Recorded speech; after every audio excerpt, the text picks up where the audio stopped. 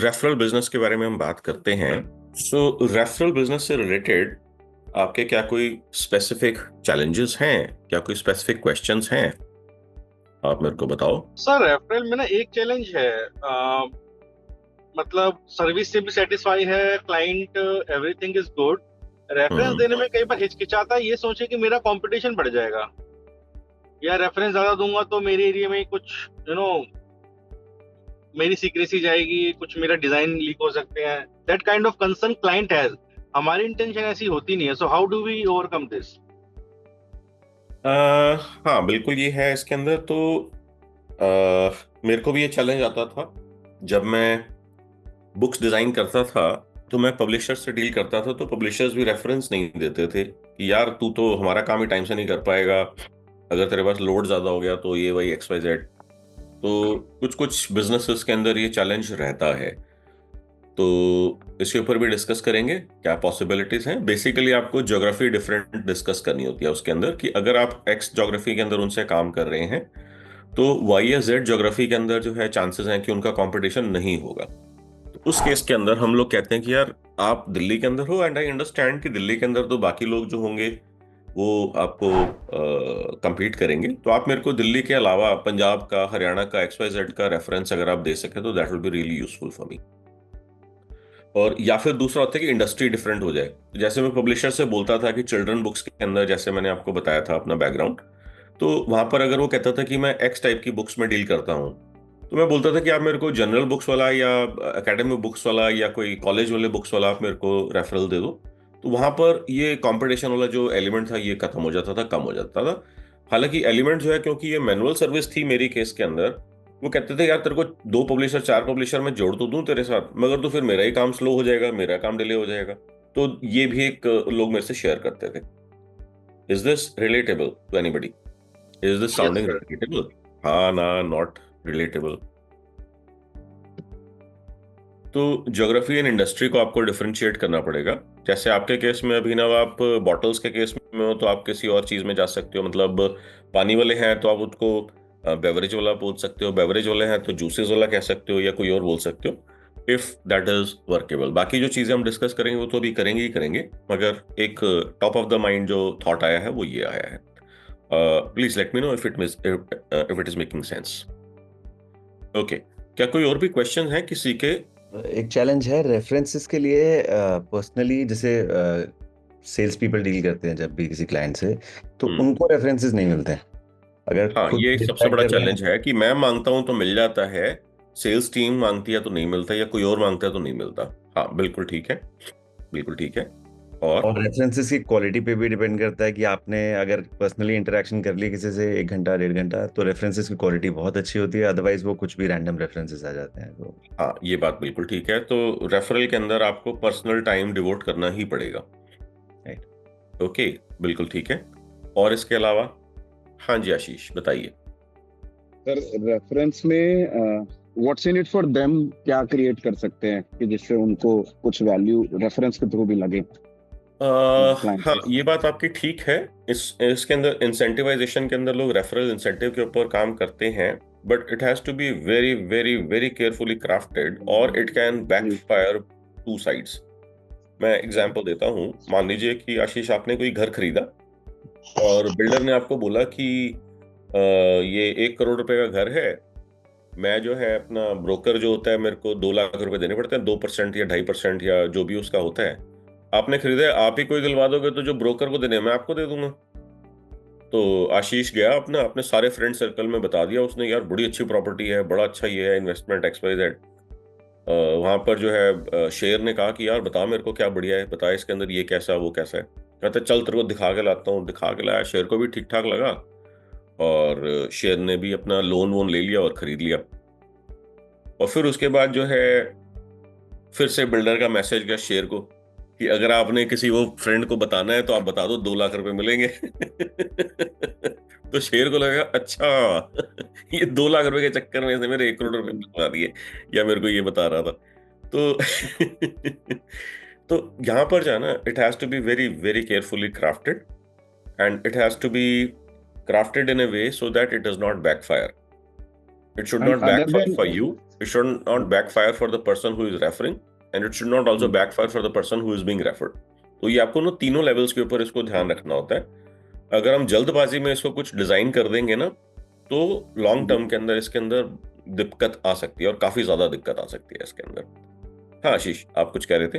I was saying other than direct monetization, कुछ और ऐसा वैल्यू भी हो सकती है, वो मतलब मैं समझना चाह रहा था आपसे कि और ऐसे क्या आइडियाज हो सकते हैं जिसमें उनको कुछ बेनिफिट मिल रहा है, कुछ एडिशनल इसके मे बी अंदर कोई सर्विस है कुछ। हाँ, अब इसके अंदर जो है ना, हमने इसको कैसे करा था, I held a real estate development company, जिसके अंदर मैंने बोला कि आप जैसे ब्रोकर को 2% दे रहे हो, आप तो 2% देने को तैयार हो, तो इसको आप 2 पार्ट्स में डिवाइड कर दो, या जो रेफर कर रहा है उससे पूछ लो कि हमने 2 लाख रुपए आपको देने हैं, ये आप अपने पास रखना चाहो, आप जिसने मकान लेना है उसके साथ आधा आधा डिवाइड करना चाहो, या आप चाहते हो कि सारा का सारा टोटल बेनिफिट मैं उसको पास ऑन कर दूं, वो कर दें, या फिर हम आपके साथ दोनों को बिठा करके 1 लाख का चेक उसके हाथ में, 1 लाख का चेक आपके हाथ में सामने सामने देंगे, ताकि ट्रांसपेरेंट हो जाए चीजें।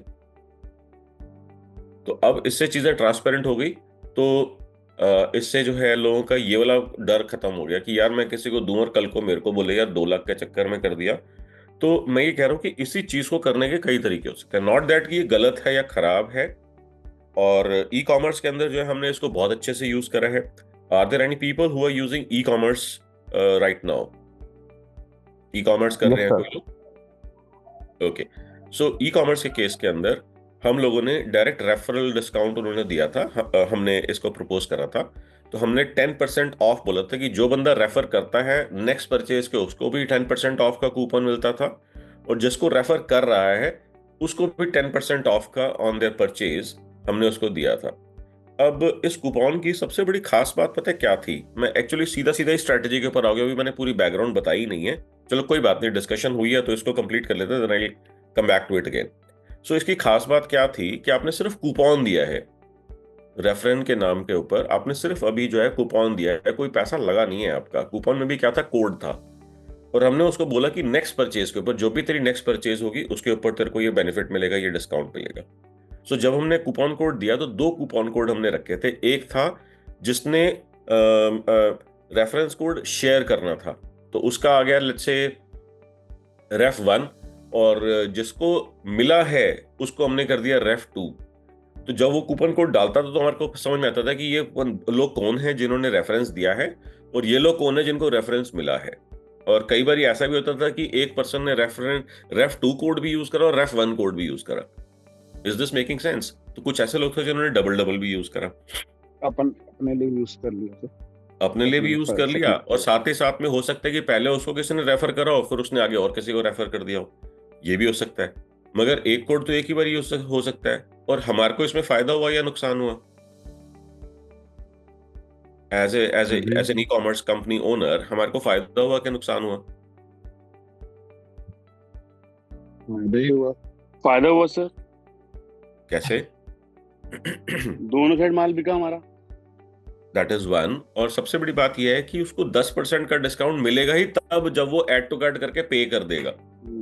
नेक्स्ट परचेज हो जाएगी हमारी। हाँ एग्जैक्टली, कॉस्ट जो है हमारी वो हो गई ना, हमें एक्विजिशन कॉस्ट नहीं लगानी पड़ेगी। हाँ जी, हाँ जी, हाँ जी। तो अब हमारे को ये देखो कि हमारे को जो है कोई मार्केटिंग नहीं करनी पड़ी, कोई सेल्स स्ट्रैटेजी जो है ये रेफरल के अलावा कुछ और नहीं करना पड़ा। ऑटोमेटिकली वेव ऑफ ट्रैफिक आता था, उसके अंदर उसको दिखता था कि यार मैं रेफर कर दूंगा तो 10% मिल जाएगा। तो पहले वो रेफर करता था। रेफर करने का तरीका क्या था? हमने उसको बोला था अपने सोशल नेटवर्क के ऊपर शेयर कर दो, चाहे फेसबुक पे कर दो, चाहे ट्विटर पे कर दो, चाहे इंस्टा पे कर दो, कहीं पर भी कर दो। तो उसको वो शेयर करने भर से ही उसके पास वो कोड आता था। अब जब उसने अपने नेटवर्क में शेयर कर दिया तो वो कोड जो है रेफ 2 वाला कोड जो है वो पूरे उसके नेटवर्क में फैल जाएगा, वहां से भी कुछ लोग आएंगे। तो वेव्स ऑफ एकदम से रेफरल हमारे पास बिजनेस आना शुरू हो गया था। एंड हमारे को जो है इसके अंदर बेनिफिट हुआ था। हमने इसको कंपेयर करा कि गूगल या फेसबुक के ऊपर अगर हम एड्स करते हैं तो उसमें हमारा कितना पैसा लगता है। तो in some cases it turned out to be more profitable than putting money on Google ads or Facebook ads or any other channel. So this was one case study, this was one experience of generating referral the right way, the correct way. तो अभी मैं इसके ऊपर काफी detail में बात करूंगा। Any questions related to referral science? Sir हमारा बिजनेस तो कंप्लीटली रेफरेंस बेस्ड ही है अभी तक, मतलब आप कौन से वाले बिजनेस के, आप बिजनेस टाइकून हो तो आपके मल्टीपल बिजनेसेस चलते रहते हैं, तो आप कौन से वाले बिजनेस की बात कर रहे हो? Sir photography and video business. हाँ बिल्कुल, वो तो बिल्कुल आपका रेफरल बिजनेस है। देखो आपको ना सबसे इंपॉर्टेंट चीज क्या रखनी है, सबसे पहला क्वेश्चन जैसे अभिनव ने पूछा था, बहुत रिलेवेंट क्वेश्चन था कि लोग जो है ना ये नहीं चाहेंगे कि मैं अपने कंपटीशन को स्ट्रेंथन कर दूं। तो आपके केस में वो चीज ज्यादा एप्लीकेबल है ही नहीं, क्योंकि हर बंदा जो है ऐसे 10 15 20 50 बिजनेस ओनर्स को जानता है जो जो जो उसके कॉम्पिटिटर्स या कंपटीशन में नहीं है। तो आपका पॉइंट बिल्कुल ठीक है। तो क्वेश्चन क्या है आपका आप इसमें? सर मतलब रेफरल्स को और बढ़ाना कह सकते हैं, क्योंकि एक पीक आ चुकी है अब रेफरल्स की ना, तो उस पीक के अलावा किस तरह से और गैदर किया जाए वो पूछना था बस। अभी उसके ऊपर भी बात करते हैं। सबसे पहले जो है ना हम समझते हैं कि रेफरल साइंस क्या होता है और ये पूरी मार्केटिंग या सेल्स फनल के अंदर स्टैंड कहां पर करता है। लेट अस से आपको जो है कोई फोन लेना है, मोबाइल फोन लेना है, तो पहला कॉन्टेक्स्ट और पहला आपके माइंड में क्या विचार आता है कि मेरे को फोन लेना है, ये कैसे आता है, लेट अस अंडरस्टैंड कैसे आता है। हो सकता है कि आपका फोन आपने लिया हुआ हो, 2-3 साल हो गए हों और अब आपको लग रहा है कि यार फोन स्लो हो रहा है, मेरे को नया फोन ले लेना चाहिए। ओके।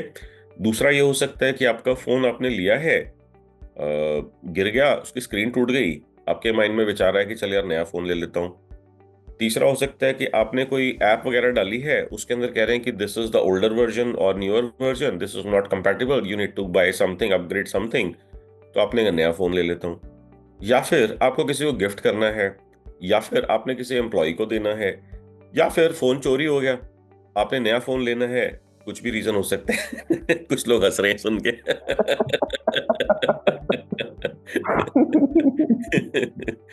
ओके।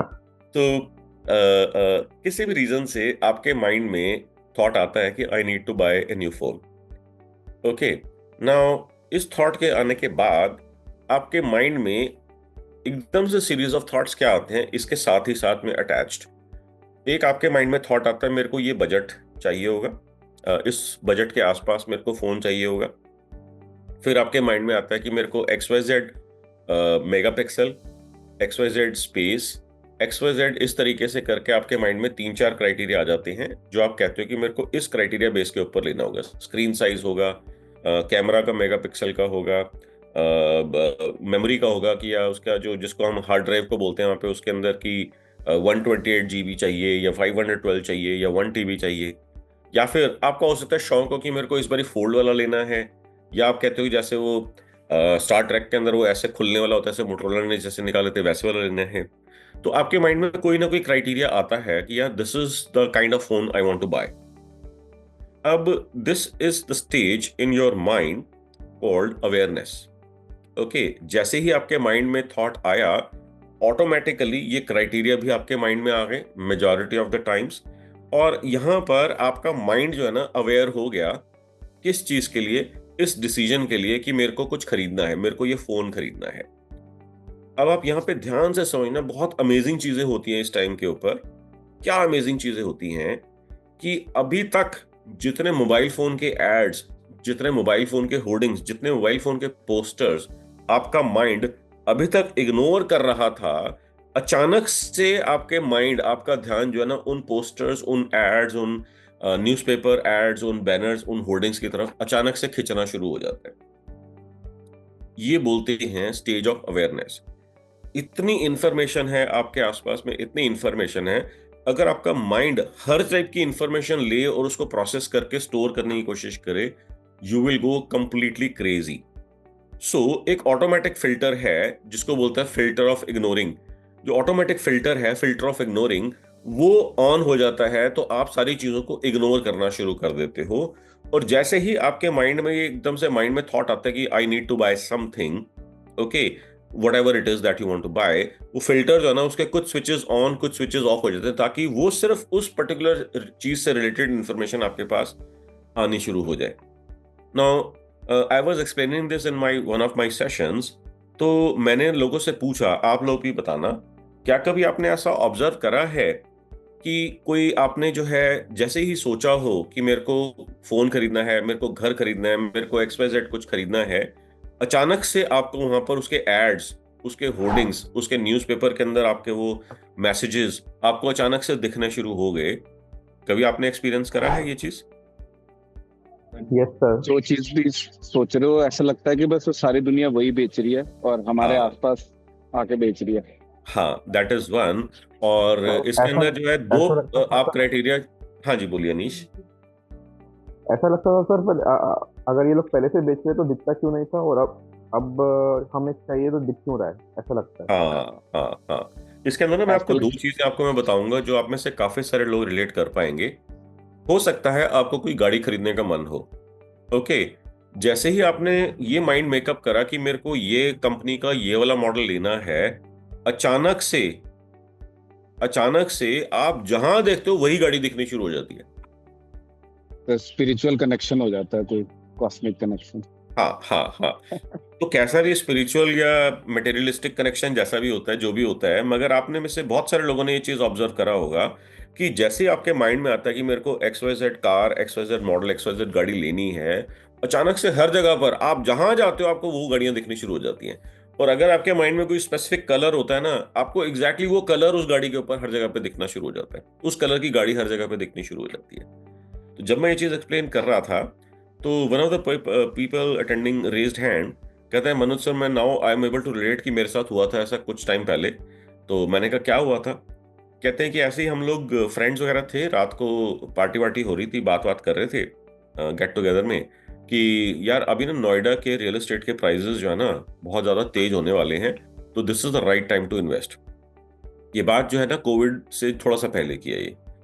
तो उसने बोला अच्छा, क्योंकि अभी मेजर उस टाइम के ऊपर वो जेवर एयरपोर्ट और XYZ बड़ी सारी कहानी चल रही थी उसके अंदर।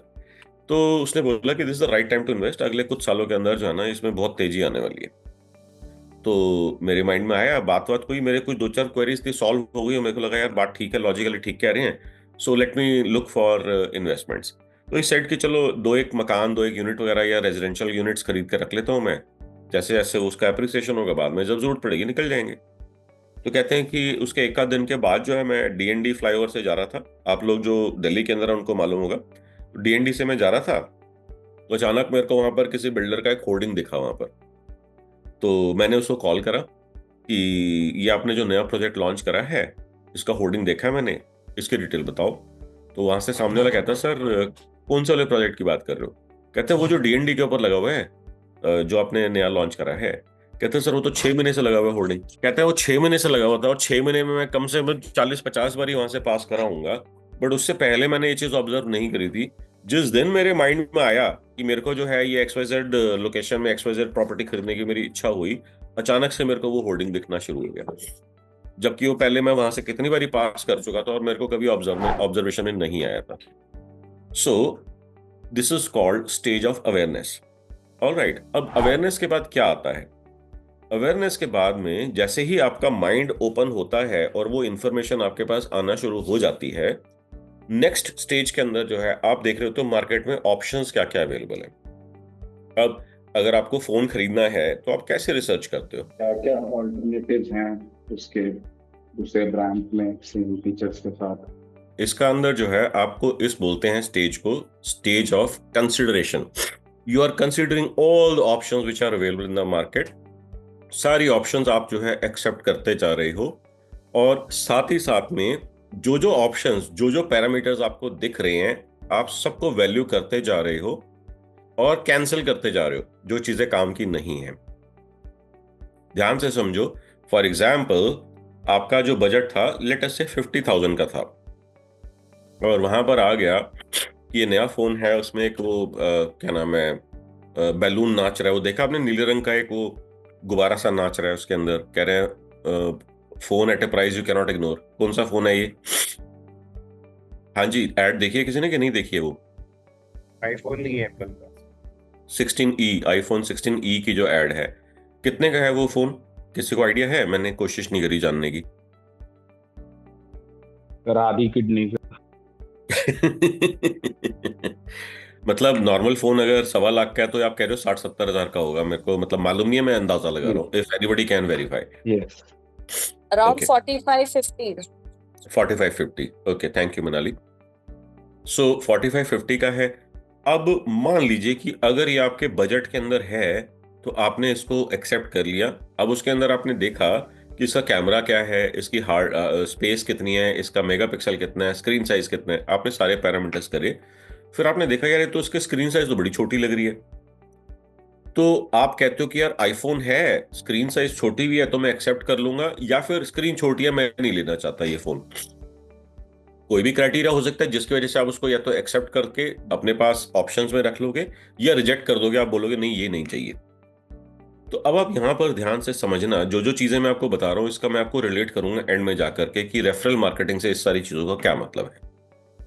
सो आपने यहां पर क्या चीज समझी कि या तो आपने कुछ चीजों के कुछ रीजंस के कुछ स्पेसिफिकेशंस, कुछ कॉम्प्लायंसेस, कुछ फैक्टर्स, कुछ पैरामीटर्स के बेसिस के ऊपर उन चीजों को आपने एक्सेप्ट कर लिया उस ऑप्शन को, या फिर इनमें से किसी पैरामीटर, किसी नंबर, किसी रीजन की वजह से आपने उसको रिजेक्ट कर दिया। This is called stage of consideration, when you are considering and rejecting. जो चीज आपके पास लेता है कि हाँ I am okay with this, I understand 10 में से मेरी 2 रिक्वायरमेंट्स पूरी नहीं हो रही हैं but still I am okay with this, if a good deal comes my way I will be happy to buy this. Now this particular stage is called stage of preference. Now out of all the available options you chose 1, 2 or 3 final options कि मेरे को इन दोनों तीनों में से कुछ भी मिल जाए। हो सकता है आपने सैमसंग कंसीडर करा हो सकता है आपने एप्पल कंसीडर करा हो सकता है आपने कोई और XYZ फोन कंसीडर करा हो, तो आपने जो है जो फाइनल सेट ऑफ आपकी ऑप्शंस बची हैं, these are called stage of preference. तो अभी तक हम कौन कौन सी स्टेज कवर करके आए हैं? एक है अवेयरनेस, दूसरी है कौन सी स्टेज है बताओ जी? कंसिडरेशन। तीसरी स्टेज कौन सी हो गई? प्रेफरेंस, बिल्कुल ठीक है। अब प्रेफरेंस के अंदर आपके माइंड में क्या चल रहा होता है? अवेयरनेस, कंसिडरेशन के अंदर और प्रेफरेंस के अंदर क्या चल रहा होता है? कंसिडरेशन स्टेज के अंदर आप एक दो चीजें और भी कर रहे होते हो। अगर जो प्राइस पॉइंट है वो बहुत बड़े बड़े हैं तो आप अपने सर्कल के अंदर पूछ रहे होते हो। फॉर एग्जाम्पल घर खरीदना है तो आप अपने सर्कल में डिस्कस कर रहे हो, तो अपने फ्रेंड सर्कल से, अपने इन लॉज से, अपने ब्रदर इन लॉ से, अपने जीजा जी से, साले से, सांडू से, ससुर जी से, पापा से, जिससे भी जो पहले रियल एस्टेट में डील करते आए हैं उनसे आप डिस्कस कर रहे होते हो कि ये खरीदने का मैं प्लान कर रहा हूं, आपका क्या विचार है, is this a good buy? तो वो कहते हैं कि चल मैं तेरे साथ चलता हूं, देख करके आते हैं वहां पर। आप साइट विजिट के ऊपर चले गए, या फिर उन्होंने बोला हाँ हाँ ये तो बहुत अच्छा ऑप्शन है, मैंने भी लिया हुआ है, तू भी ले सकता है। आपने उसके अंदर अपने आप को क्या कर लिया? जस्टिफाई कर लिया, वैलिडेट कर लिया। यही चीज अगर वहां पर उन्होंने बोली नहीं नहीं यार ये तो बहुत गड़बड़ ऑप्शन है, इसका तो बिल्डर ही जेल के अंदर है, इसका ये प्रॉब्लम है, इसका वो प्रॉब्लम है, इसके कंस्ट्रक्शन में ये इशू है, वो इशू है, तो या तो आप इमीडिएटली अपने माइंड को चेंज कर लेते हो, या फिर आप कहते हो कि ठीक है मैं पहले इसको वेरीफाई करूंगा, ये जो बोल रहे हैं ये सही बोल रहे हैं या गलत बोल रहे हैं, ये इन्फॉर्मेशन करेक्ट है कि नहीं है। तो आप कहते हो कि मैं एक बार इस इन्फॉर्मेशन को वेरीफाई करना चाहूंगा। आप वेरीफाई करते हो, अगर वो इन्फॉर्मेशन आपके लिए सही निकलती है, मतलब इन्फॉर्मेशन आपको वो करेक्ट निकलती है और आपके लिए लगता है कि ये वाइबल ऑप्शन नहीं है, खराब ऑप्शन है, आप उसको रिजेक्ट कर देते हो। यही सेम चीज अगर स्मॉलर वैल्यू की है तो वहां पर क्या हो रहा होता है? वहां पर आप क्या कर रहे होते हो? आप जाते हो यूट्यूब के ऊपर और वहां पर देखते हो अनबॉक्सिंग वीडियोस। देखते हो कि नहीं देखते हो? Review videos after using this product for maybe 1 week, 15 days, 1 month। आपने ऐसे वीडियोस देखे हैं कि नहीं देखे हैं? बताओ जी। अरे बताओ, हाँ ना, कभी नहीं देखे जिंदगी में? मैं तो नहीं देखता। देखे मैं सर। बस एक यस। देखे हैं सर। हाँ जी। तो अब आप मेरे को ये बताओ कि जब आपको कोई मोबाइल फोन लेना था या कोई गैजेट लेना था तो आपने यूट्यूब के ऊपर जाकर के चेक करा था XYZ unboxing, XYZ reviews videos, XYZ versus ABC, ऐसे वीडियोस देखे थे कि नहीं देखे थे? हाँ देखे थे सर, always. राइट। तो यही चीज तो ही मैं आपको बता रहा हूं।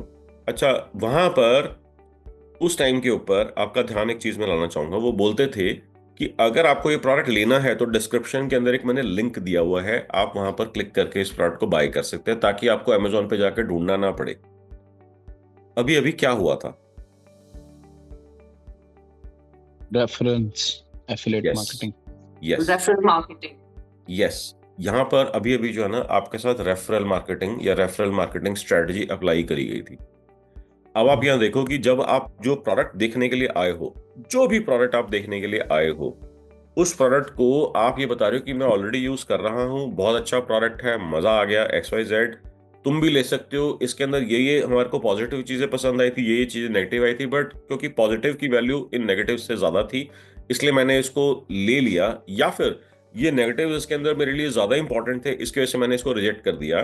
तो आप भी ये लेना चाहो तो ये लिंक है, ना लेना चाहो तो कोई बात। तो यहाँ पर ये सारी की सारी चीजें डिटेल में दिखा करके वहां पर रेफरल उसने लिंक दिया, जिसको एफिलिएट लिंक भी बोला जाता है। वो क्लिक करेगा, सेल आ जाएगी, एफिलिएट को अपनी कमीशन मिल जाएगी, जिसको हम बोलते हैं जिसको रेफरी बोलते हैं। जो बंदा रेफर कर रहा होता है उसको एफिलिएट, क्या नाम है, एफिलिएट बोलते हैं, सेल्स एफिलिएट। तो वो एफिलिएट को उसका एफिलिएट कमीशन मिल जाएगा।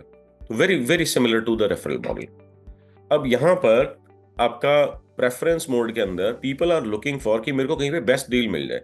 अब उन्होंने ये डिसाइड कर लिया कि मेरे को मॉडल A, B, C में से तीनों में से मेरे को तीनों में से कोई भी मिल जाए, अब मेरे को बेस्ट डील मिल जाए, I would be happy to buy. Now you start looking on Google, Amazon, blogs, XYZ कि मेरे को बेस्ट प्राइस मिल जाए, कुछ उसके साथ बेस्ट कोई और चीज मिल जाए, कुछ एडिशनल मेरे को बेनिफिट मिल जाए, कोई वैल्यू मिल जाए, ताकि मेरे को ये डील स्वीटन अप हो जाए।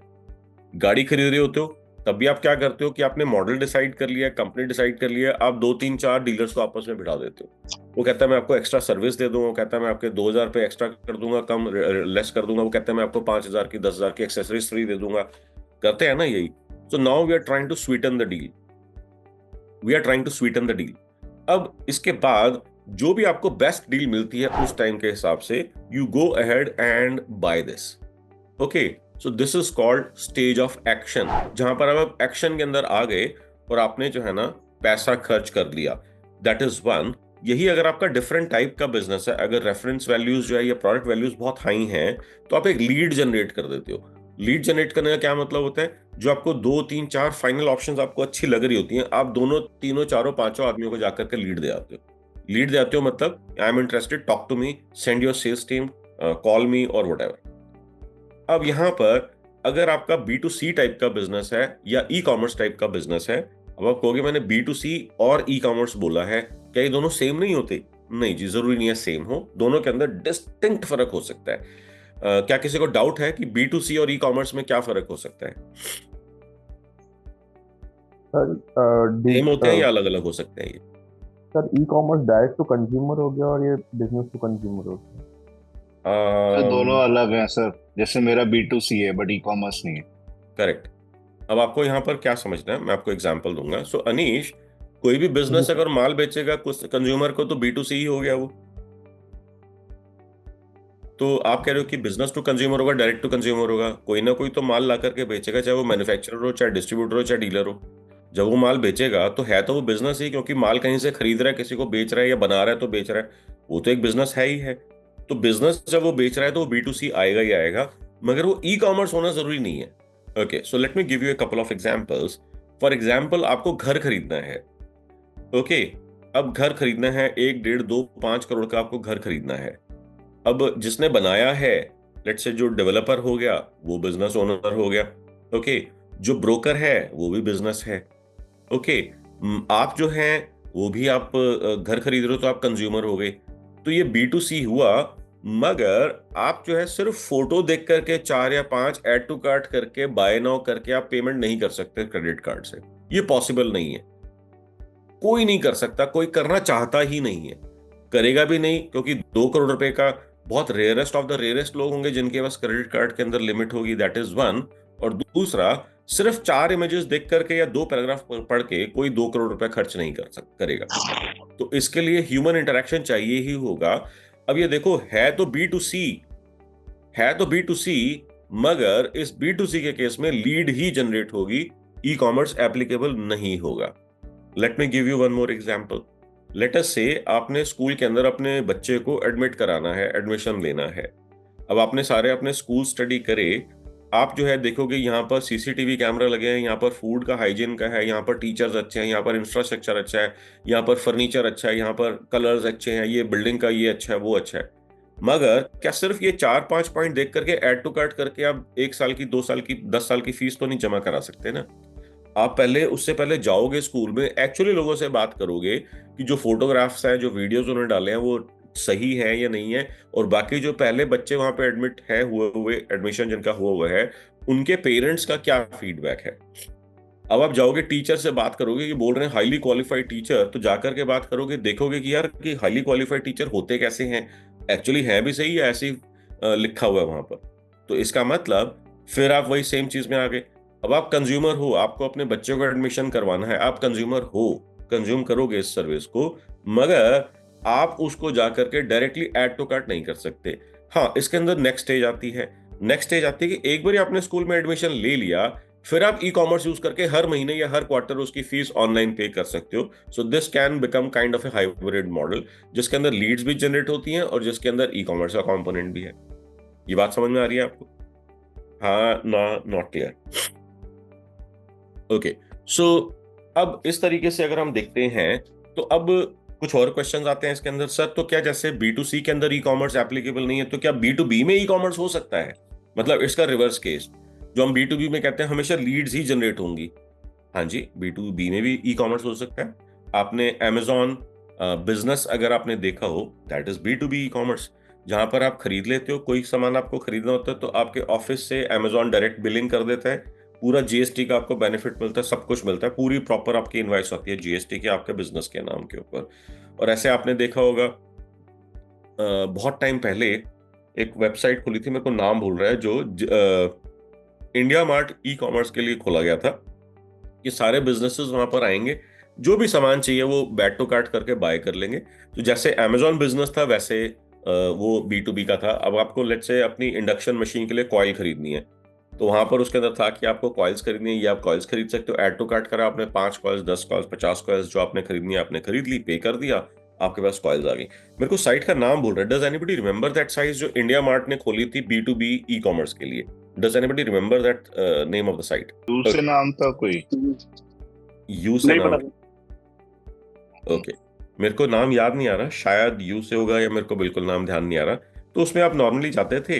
अच्छा, आज की डेट में अगर आपने देखा होगा, उड़ान के नाम से एक वेबसाइट है, उसके अंदर वो भी B2B ई कॉमर्स है, कि वहाँ पे रिटेलर्स होते हैं, रिटेलर्स जो है आपके साइट के ऊपर जाते हैं और वहाँ पर वो ऐड टू कार्ट करके बाय कर लेते हैं, आप यहाँ से सामान भेज देते हो। तो उड़ान is also another example of e commerce in B2B। तो जेम्स पोर्टल भी है गवर्नमेंट का फॉर सिमिलर थिंग। जेम्स जो है वो मैंने यूज नहीं करा, मैंने सुना है। अगर उसमें भी आप ऐड टू कार्ट करके गवर्नमेंट के लोग डायरेक्टली पे कर देते हैं, बिलिंग हो जाती है, तो देन यस, गवर्नमेंट को कैटर करता है। हाँ, उसमें ना वो टेंडरिंग को अवॉइड करके ट्रांसपेरेंसी लाने के लिए है उसके अंदर। सो लेट अस से कि आप ने अपना प्रोडक्ट वहाँ पे अपलोड कर दिया या आपने वहाँ पे फीचर कर दिया, तो गवर्नमेंट के लोग जाएंगे पोर्टल के ऊपर, ऐड टू कार्ट करेंगे और आपका बाय करके खरीद लेंगे, पेमेंट कर देंगे। क्या ऐसे वर्क करता है ये Ashish? No sir, it doesn't work like this. Okay, तो फिर वो ई कॉमर्स में नहीं आएगा। हो सकता है वो लीड जनरेशन के होके आपको लीड आ जाएगी कि मेरे को XYZ प्रोडक्ट चाहिए, then you can discuss with them. मेरे को मालूम नहीं है, मैंने यूज नहीं करा। If anybody who has used it can let me know. इसमें पहले आपको रजिस्ट्रेशन कराना होता है जैम के ऊपर, और then you can view the various requirement of different department and companies, और उसके against you can offer your prices or put your quotation। हाँ, तो बेसिकली कोटेशन वाला हो गया, बेसिकली टेंडरिंग का टाइप का ही सिस्टम हो गया ऑनलाइन। इसी अदर वे अराउंड कि आप जिनको चाहिए वो नहीं कर रहे हैं, जिनको बाल बेचना है वो जाके उनको कांटेक्ट कर रहे हैं, बट लिस्टिंग इसमें भी करी हुई है। नहीं, मगर उसने रिक्वायरमेंट तो डाली हुई है ना, जो प्रदीप बता रहे हैं कि उन्होंने अपने रिक्वायरमेंट पोस्ट करी हुई है। अगर आप क्वालिफाइड हो तो आपको रिक्वायरमेंट को आप अप्लाई कर सकते हो कि हाँ ये माल मेरे पास है, मैं कोटेशन भेज रहा हूँ। बिल्कुल, हाँ ऐसे ही है सर। हाँ बिल्कुल ठीक है। तो ये ई कॉमर्स नहीं है, ये टेंडरिंग का ही डिफरेंट वेरिएशन हो गया, क्योंकि पेमेंट जो है हो सकता है ऑनलाइन हो, बाद में हो सकता है वो डायरेक्ट बैंक ट्रांसफर हो, चेक से हो, वो एक अलग कॉन्टेक्स्ट है। ई कॉमर्स के अंदर पेमेंट होना या पेमेंट होने का प्रॉमिस होना जरूरी है ई कॉमर्स को क्वालिफाई, ई कॉमर्स का वर्ड आपके बिजनेस के लिए क्वालिफाई करवाने के लिए। ये बात समझ में आ रही है? या तो ऑनलाइन हाथ के हाथ पेमेंट हो जाए, या फिर जिसको बोलते हैं POD, payment on delivery, POD का प्रॉमिस हो जाए कि आप मेरे को माल भेज दो, मैं आपको वहीं पर हाथ के हाथ पेमेंट कर दूंगा, तो आपका ई कॉमर्स माना जाएगा। अगर पेमेंट बाद में हो रही है तो फिर वो लीड जनरेशन पोर्टल माना जाएगा। ओके, सो अब आप यहाँ पे एक तो डिफरेंशिएशन आपको क्लियर हो गया होगा कि B2C है तो ई कॉमर्स होना जरूरी नहीं है, और B2B है तो non e commerce lead generation business होना जरूरी नहीं है। So it is basically a mix and match of all the models.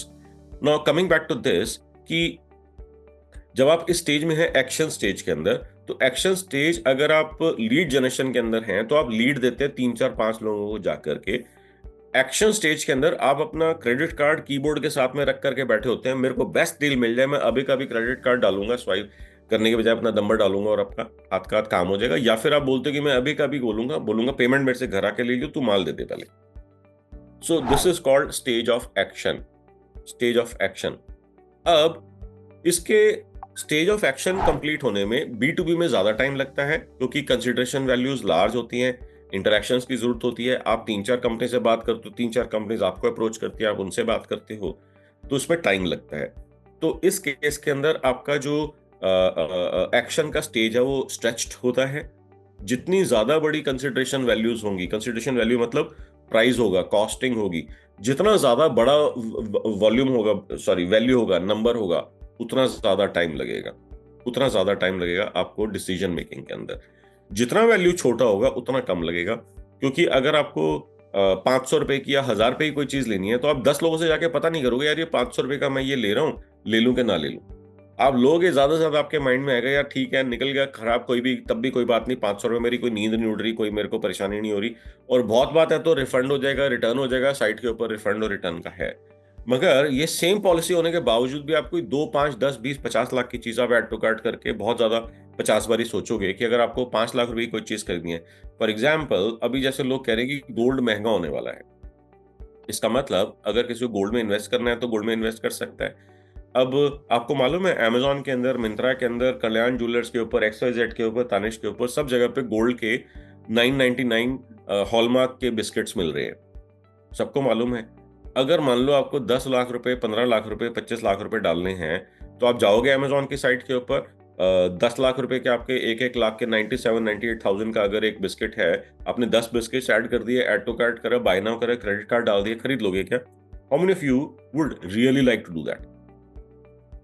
Sir, I would like to go and physically purchase it. मतलब थोड़ा उसमें 10 लाख रुपए की चीज खरीद रहा हूँ, जाके देखूंगा, कहीं बाद में कोई मान लीजिए कि कोई दिक्कत निकल आई तो कौन पूछेगा वहां पर? कोई पूछने वाला भी नहीं होगा। 10 लाख रुपए की चीज का कहाँ लेकर के जाऊंगा, क्या करूंगा मैं? तो वहां पर आपके माइंड में आ जाता है डाउट। ई कॉमर्स होने के बावजूद भी, क्रेडिट कार्ड से आप पे कर सकते हैं, इसके बावजूद भी आप कहोगे कि मैं वहां जाऊंगा जहां पर मेरा ट्रस्ट है ऑलरेडी एस्टैब्लिश्ड, और आप अपने जानकार जूलर के पास में जाएंगे, या अगर आप किसी डिफरेंट जूलर के पास भी जाएंगे तो आप 2 बारी, 3 बारी, 4 बारी जगह अलग अलग पता करके, फिर उसके बाद जाकर के हाथ से टच करके, फील करके, 10 चीजें पूछ के फिर आप फाइनलाइज करेंगे और वहां पर पेमेंट करेंगे, चाहे अभी भी वहां जाकर आप क्रेडिट कार्ड से ही पे कर रहे होंगे। अब अगर आप लोगों ने, किसी ने मेरा क्रेडिट कार्ड का वीडियो देखा है, क्या आपने मेरा क्रेडिट कार्ड का वीडियो देखा है? एक बहुत जबरदस्त आपको हैक बताने वाला हूँ, शायद आप में से कुछ लोगों को मजा आ जाएगा। सर मैं तो कह के थक गया, मार के कह रहा हूँ देख लो, कोई देखता ही नहीं है। अभिनव भाई भेजो ना। अरे मेरे YouTube चैनल के ऊपर है, सर ने कई बार शेयर किया YouTube चैनल पे है सर के, credit card hacks for business owners. अब उसके अंदर आपको क्या समझना है, मेरे माइंड में एक थॉट है, इनफैक्ट मैं अभिनव से भी डिस्कस कर रहा था, तो मैंने इसको कैसे वेरीफाई करें। तो अमेजोन के ऊपर जो है आपको 15-16% का डिस्काउंट मिलता है इन टर्म्स ऑफ पॉइंट, अगर आप सही तरीके का क्रेडिट कार्ड यूज करते हो। फॉर एग्जाम्पल HDFC का इन्फिनिया क्रेडिट कार्ड। ओके, अब आपने जो है अमेजोन से 1 लाख रुपए का लट से सामान खरीदना है। क्या सामान खरीदना है? ये सोना खरीदना है 97-98,000 का। आप 1 लाख रुपए के जो है वाउचर्स खरीद लो और अमेजोन के अंदर लगा दो। अब अमेजोन की लिमिट है कि आप हर महीने में कितने रुपए का वाउचर लगा सकते हो, थोड़ा सा प्लानिंग के साथ करना पड़ेगा। तो किसी की हो सकती है 10,000 की लिमिट हो, किसी की हो सकता है 5,000 की लिमिट हो, depending on credit card to credit card. अब आपने उसके अंदर थोड़ी सी प्लानिंग कर ली 2-3-4 महीने की, तो जो सोना आप खरीदते हो वो वाउचर वाले प्राइस से आप खरीद सकते हो। तो मेरा माइंड में ये थॉट आ रहा है कि क्या आपको 16% सस्ता मिल जाएगा सोना मार्केट प्राइस से आज के रेट में? Is this really possible? Market rate से 16% सस्ता सोना कितने लोगों को चाहिए? सर पॉसिबल है, 45 दिन के अंदर बेच भी दो तो पैसा भी नहीं लगा और प्रॉफिट भी आ माल गया। भी बिक गया। तो 45 दिन में क्यों बेच रहे हैं? हाथ की हाथ ही निकाल दो। हाँ मतलब लालच थोड़ा और कर लो, हमें कौन सा पेमेंट अभी खाली बैठे हैं अभी। ओके, सो पॉइंट बीइंग जो मैं आपको बताने की कोशिश कर रहा हूं कि क्या ये पॉसिबल है। अब मैंने इसके ऊपर एक बेसिक टेस्ट करा है, मैं ऐड टू कार्ट करा, मेरे को खरीदना नहीं था, सिर्फ इस कॉन्सेप्ट को टेस्ट करने के लिए। मैं जो है अमेजोन के ऊपर गया, मैंने उसके अंदर जो है लेट्स से 10,000 का, 20,000 का, 50,000 का मैंने सोना ऐड कर दिया उसके अंदर, और उसके बाद मैंने वाउचर डाल दिया 2,000 रुपए का। मैंने एक 2,000 रुपए का वाउचर जनरेट करा और उसके अंदर डाल दिया। तो उसके अंदर जब मैं बाय नाउ कर रहा था, पेमेंट पेज के ऊपर गया तो उसमें ऑप्शन आ रहा था पे यूजिंग दिस वाउचर, और उसने जो भी अमाउंट वैल्यू बन रही थी उसमें से 2,000 रुपए कम करके बोला बाकी पेमेंट आप किससे करना चाहेंगे। तो इसका मतलब वाउचर एक्सेप्ट तो हो रहा है। और वो वाउचर जो मैंने 2,000 रुपए का मैंने जनरेट करा था उसके अंदर मेरे को 16.5% का बेनिफिट होता है। अब उन्होंने कुछ वो जीएसटी वीएसटी मिला दिया तो बेनिफिट कम होकर वो लगभग 12-13% का रह गया है। बट स्टिल अगर आपको मार्केट रेट से 12% कम पे सोना मिल रहा है तो दुबई जाने का फायदा ही नहीं है आपको। सो ये मैंने जो ट्रिक बताई है समझ में आई है? मेरे को लग रहा है समझ में ही नहीं आई लोगों को, नहीं तो लोग पागल हो जाते हैं इस ट्रिक को सुन के। नहीं सर, दोबारा बताओ सर। बस हो गया, अब जितना होना था। नहीं, बल्कि ये है सर, हाथ की हाथ जमा कराओ, बेचो, हाथ की हाथ बैंक में जमा कराओ क्रेडिट कार्ड के लिए, your limit will keep enhancing, use होते कर जाते होगे। यस, सर सुबह सुबह उठ के कुछ फायदा करा दो। अरे करा दिया मैंने, करोड़ों रुपए बना सकते हो आज ही आज मिस हो में, गया। आज सिंगल डे के अंदर। ओके, सिर्फ डिपेंड करता है आपकी क्रेडिट कार्ड की लिमिट कितनी है और आपका अमेजोन के उस क्रेडिट कार्ड की लिमिट कितनी है। Okay, so see if this makes sense. मैंने इसको टेस्ट करा था, मैंने कंप्लीट नहीं करा था ट्रांजैक्शन, बस यहाँ तक आके टेस्ट करा था कि वाउचर वाली पेमेंट से एक्सेप्ट हो रहा है कि नहीं हो रहा। I did not need it but I tried it this way, it work fine. तो एक बारी आप लोग भी कर सकते हैं और मेरे को आप फीडबैक बताना। If it worked for you then amazing, it will be like really really amazing for you.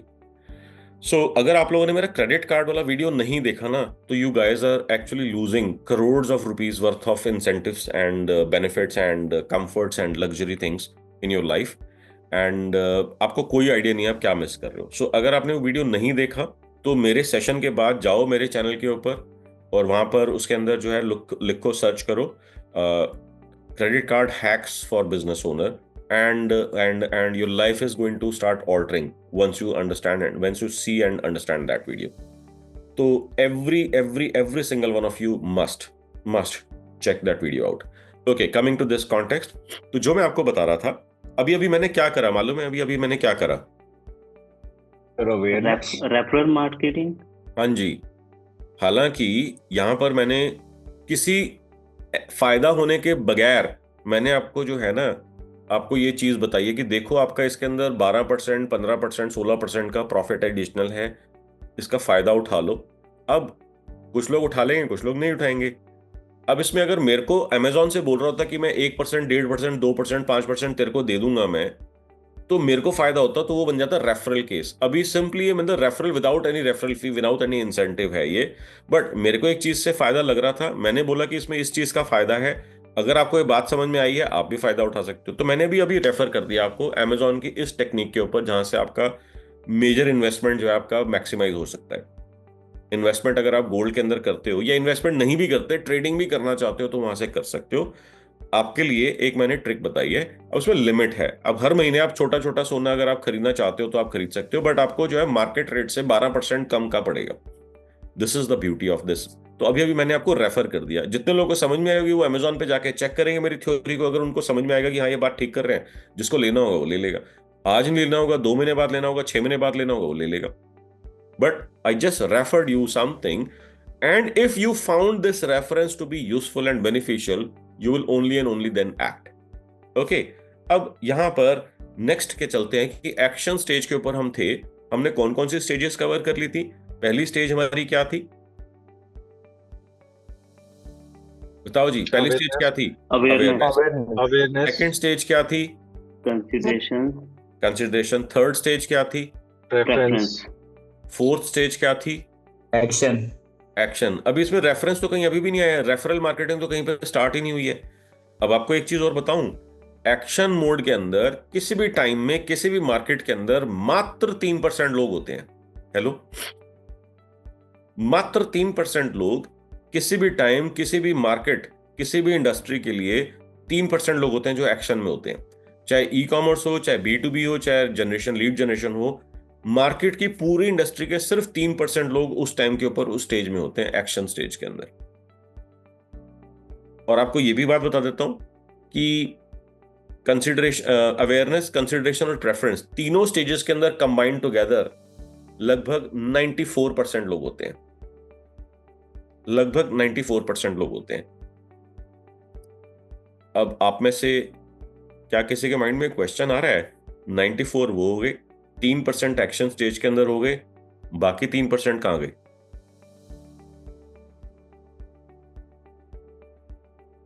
Thank you आशीष। बाकी 3% कहां गए? विंडो शॉपिंग वाले थे। नहीं, विंडो शॉपिंग वाले जो होंगे वो तो अवेयरनेस वाले होंगे ना, अवेयरनेस और कंसिडरेशन वाले होंगे ना विंडो शॉपर्स। तो जिन्होंने खरीद लिया होता है वो आपकी फनल में ही नहीं है, वो एक्शन स्टेज के नीचे है। वो जो एक्शन स्टेज के अंदर आके आगे पास हो गया, इसका मतलब वो आपके फनल में ही नहीं है। थोड़ा और दिमाग पे जोर डालना चाहोगे या मैं ही बता दूं सीधा सीधा? मेरे को डाउट है कि शायद आप में से कोई गेस कर पाएगा। अगर उसने मेरा पहले कोई सेशन अटेंड करा हुआ है तो एक अलग बात है। सर एक बार रिपीट करेंगे प्लीज, मैं मिस कर दिया। Okay, so the remaining 3% would be the people who would fall terminally sick, who will die, or who will do anything in their capacity to delay or avoid the decision. ये बात समझ में आई? People who would either die, who will fall terminally sick, who will do anything in their capacity to delay or avoid the decisions. ये 3% लोग होंगे जो किसी भी इंडस्ट्री के अंदर होंगे। और आपने कैसे चीज देखा है? कभी आपने ऐसी चीज कोई ऑब्जर्व करी है कि आपकी किसी से बात चल रही है और उसी कंपनी के अंदर कोई और बंदा है जो आपकी हर बात को उल्टा करके काटता है, हर बात को आपको वो डिफाई करता है, हर बात को वो उल्टा बोलता है वो, या मेजॉरिटी हर चीज में आपको चैलेंज करता है वो, जिसकी वजह से आपकी सेल नहीं हो पाती उस कंपनी के अंदर। So those are the types of people who fall in that 3%। Okay, 2 to 3% का रेंज आता है, क्योंकि ऊपर 94-95% होता है। तो आप देख रहे हो 94-95% हो गया अवेयरनेस, कंसिडरेशन, प्रेफरेंस के अंदर। 2 से 3% लोग वो हो गए जो या तो बीमार हो जाएंगे या इसी ड्यूरेशन के अंदर वो चले जाएंगे नेक्स्ट जर्नी के लिए, या फिर वो पूरी जान लगा देंगे कि डिसीजन या तो हो ही ना, या किसी ना किसी रीजन की वजह से डिले होता रहे। उनके कुछ अपने पॉइंट्स लिंक्ड होते हैं उस डिसीजन को होने देने में या ना होने देने के अंदर, उनके इंसेंटिव्स होते हैं, वो उस चीज के ऊपर अटक रहे होते हैं। तो ये 100% आपका कंप्लीट हो गया। But those are the people that you need to ignore, those are the 2-3% people that you need to ignore, so that कि आपको जो है ना बाकी लोगों से बात करनी है। अब आपका 100% कंप्लीट हो गया। अब ये पूरा फनल आपका कंप्लीट हो गया।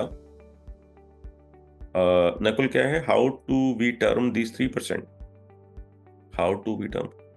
नकुल क्लियर नहीं हुआ यार, वैसे ही पूछ लेना। Sir, what terminology should we give to these 3% people, sir? To be ignored, मैंने बताया ना, these are the people that you should ignore. All right. ठीक है, thank you. Okay, so अब आप यहाँ पर देखो कि 100% आपका, मैंने अभी जो बताया है ना, इसको बोलते हैं बाइंग फनल। आपने सेल्स फनल आपने बहुत सुना होगा, बहुत सारे गुरुज, बहुत सारे वीडियोस XYZ लोग बात करते हैं यूट्यूब के ऊपर, गूगल के ऊपर, but I have not seen many people talking about buying funnel. तो जो मैंने आपको ये सारा का सारा बताया है ना, this is called buying funnel. This is how people decide, this is how people buy. अब आप मेरे को एक बात बताओ, अगर आपको लोगों का बाइंग बिहेवियर मालूम नहीं है तो आपकी सेल्स की स्ट्रेटेजी अच्छी कैसी बनेगी? Because sales funnel is absolutely the reverse of the buying funnel. अब आप मेरे को ये बताओ कि अगर आपको माल बेचना है तो आप इन सारी स्टेजेस में से कहां पर फोकस करोगे ताकि आपके पास जो है बेस्ट रिजल्ट्स आने लग जाए, आपका माल बिकने लग जाए? अवेयरनेस पे, कंसिडरेशन पे, प्रेफरेंस पे, या फिर एक्शन में? ओके, निशांत कह रहे हैं मैं तो एक्शन पे करूंगा, भास्कर कह रहे हैं मैं भी एक्शन पे करूंगा। Yes, action stage would be the lowest hanging fruit. अब आप देखो, रेफरेंसेस में अभी भी कहीं पर नहीं आ रहा, रेफरल मार्केटिंग अभी भी कहीं पर नहीं आ रही। ये हो क्या रहा है यहां पर? पूरी मार्केटिंग, पूरी फनल खत्म होगी बाइंग की, रेफरल मार्केटिंग कहीं पर आई ही नहीं अभी तक।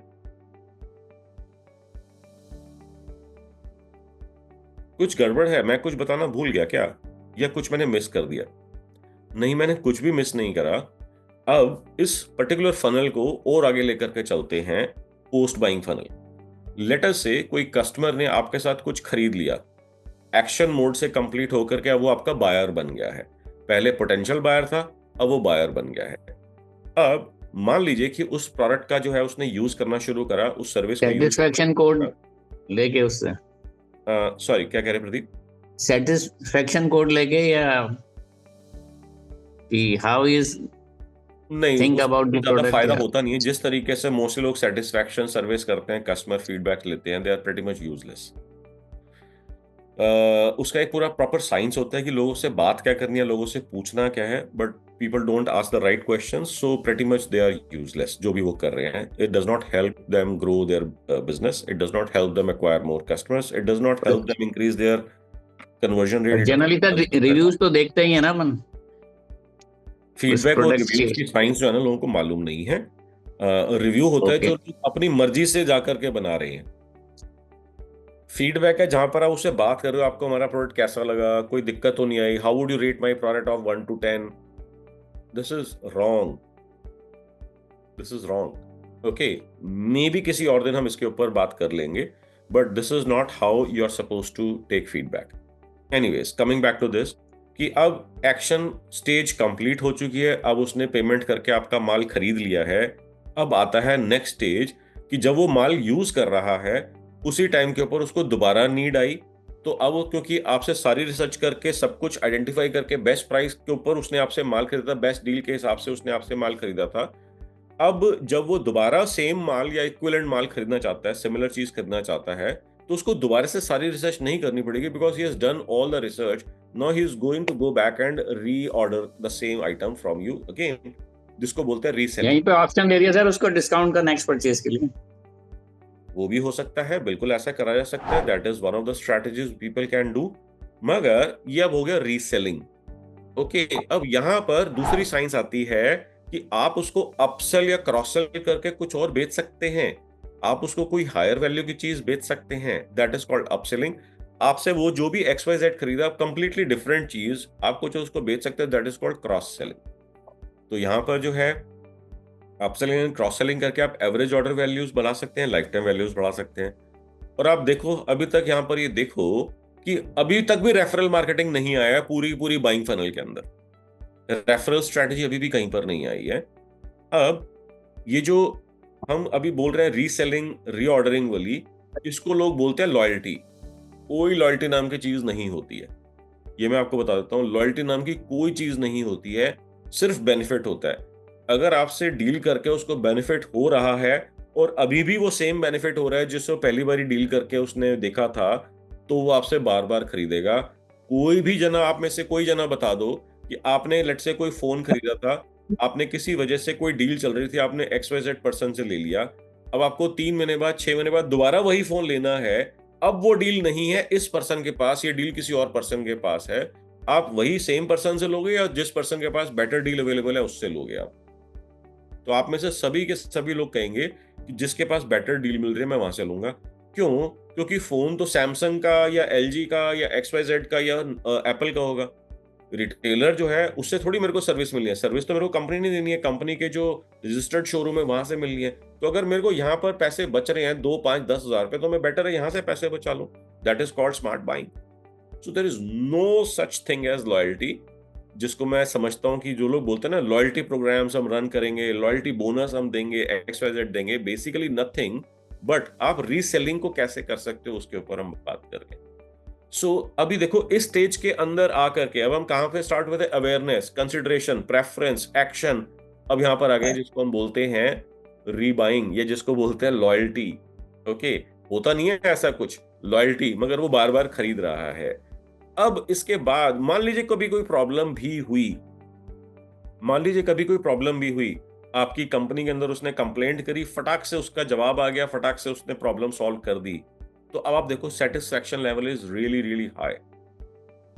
अब अगर मान लीजिए इस सारे एक्सपीरियंस के बाद में अगर कोई जना उससे पूछता है यार एक फोन लेने का मैं सोच रहा हूं, तो आप कहते हो आंखें बंद करके ये वाला फोन खरीद ले, आंखें बंद करके ये वाला फोन या इस कंपनी का ये सामान खरीद ले, जिंदगी भर याद रखेगा मेरे को। नाउ ये सबसे एंड में आ रहा है जिसको हम बोलते हैं वर्ड ऑफ माउथ मार्केटिंग या रेफरल मार्केटिंग या रेफरल परचेजिंग या रेफरल सेलिंग। सबसे एंड में जाकर के रेफरल डिस्काउंट जो अभी करेंगे सेलिंग के हिसाब से, हाँ वो अभी रेफरल के बारे में स्ट्रेटेजीज क्या क्या हो सकते हैं उसके ऊपर हम बात करेंगे। मगर अब आप देखो कि वो स्टार्ट हुआ था अवेयरनेस से। अब आप मेरे को ये बताओ कि अवेयरनेस में ज्यादा लोग होंगे या कंसिडरेशन में ज्यादा लोग होंगे या प्रेफरेंस में ज्यादा लोग होंगे कंपैरेटिवली, और उसके बाद एक्शन में तो मैंने आपको बताया 3% लोग होते हैं।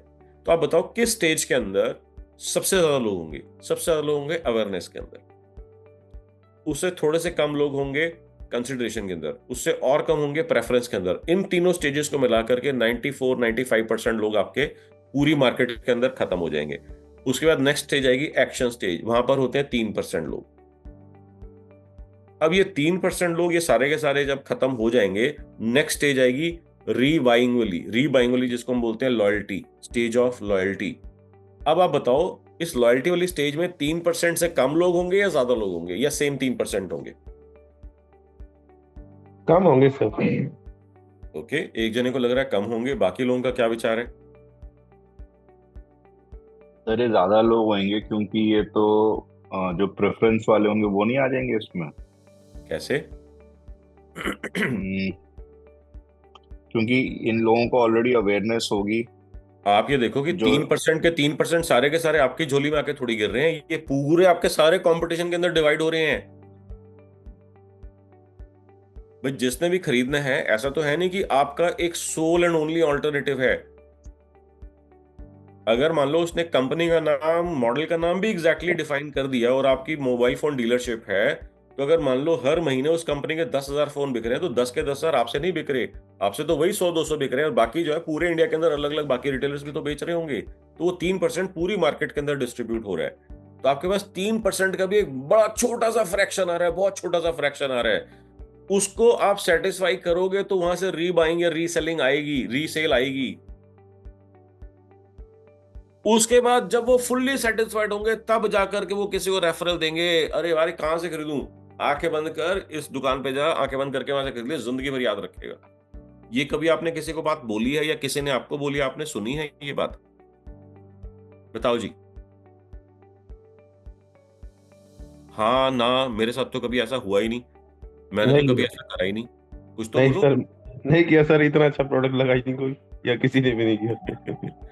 ओके सर पेशेंट डेटा से हमारे बारे में सर आईफोन से बिल्कुल ठीक है। लेट अस से मैं आपसे पूछता हूँ यार, बजट का प्रॉब्लम नहीं है, कोई अच्छा सा लैपटॉप बता दो जहां पे दिक्कत ना हो गई, तो आपके लोगों के क्या क्या जवाब आएंगे?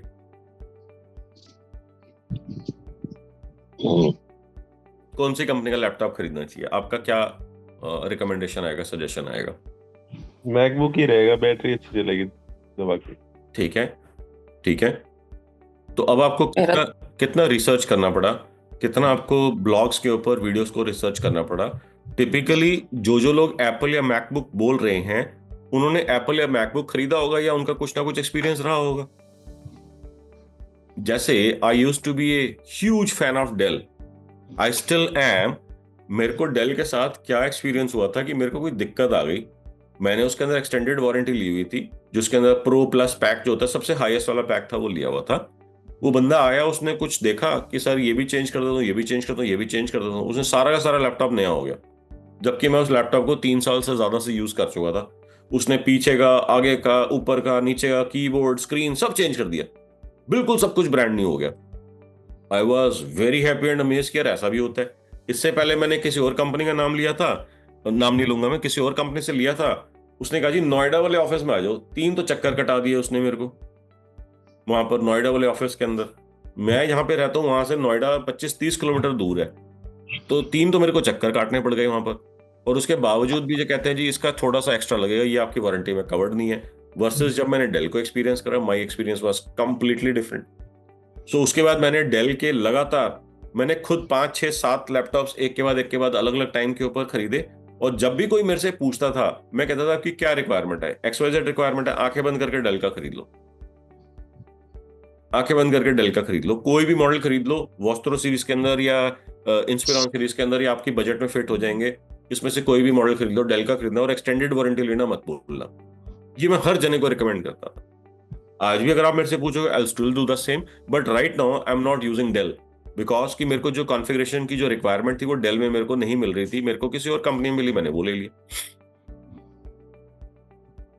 सो this is called stages of referral. ये कब हुआ? जब मैंने सारी चीजें एक्सपीरियंस कर ली, मेरा रेफरल के अंदर कन्विक्शन था। मैं बोलता था यार आंखें बंद करके खरीद ले, कोई तेरे को चीज खरीदना, ये खरीद ले, ये खरीद ले, जहां से मर्जी खरीद ले, मगर ये खरीदियो। सो आप देखो कि जो रेफरल वाला जो है, जिसके अंदर रेफरल रियली में काम कर रहा है, हालांकि मैं अवेयरनेस स्टेज में भी किसी को बोलता हूं हाँ मैंने देखा था, उसका बड़ा अच्छा लग रहा है, ये वीक रेफरल है। जब मैं खुद से उसको यूज कर चुका हूं, मेरा खुद का उसका एक्सपीरियंस हो गया, ये बहुत स्ट्रॉन्ग रेफरल है। Strong referrals convert better than weak referrals. आप में से हर जना अंडरस्टैंड करेगा, nobody is going to question or deny that. Okay, so strong referrals जो है वो बड़ी आसानी से कन्वर्ट हो जाते हैं। मोस्ट ऑफ द टाइम हम लोग वीक रेफरल्स ले रहे होते हैं।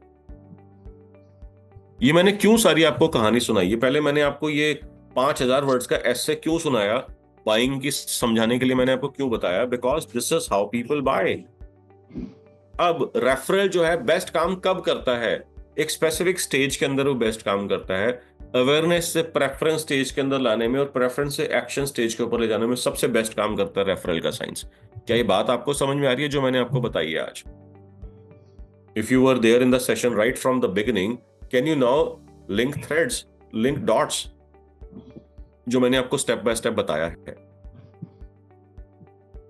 अरे भाई कुछ तो बोलो, हाँ ना, मेरे को समझ में नहीं आ रहा। बिल्कुल सही कह रहे हो sir, exactly I am with you. कुछ तो बोलो। 2 लोगों को यस लग रहा है, बाकी सब लोग नहाने चले गए लगता है।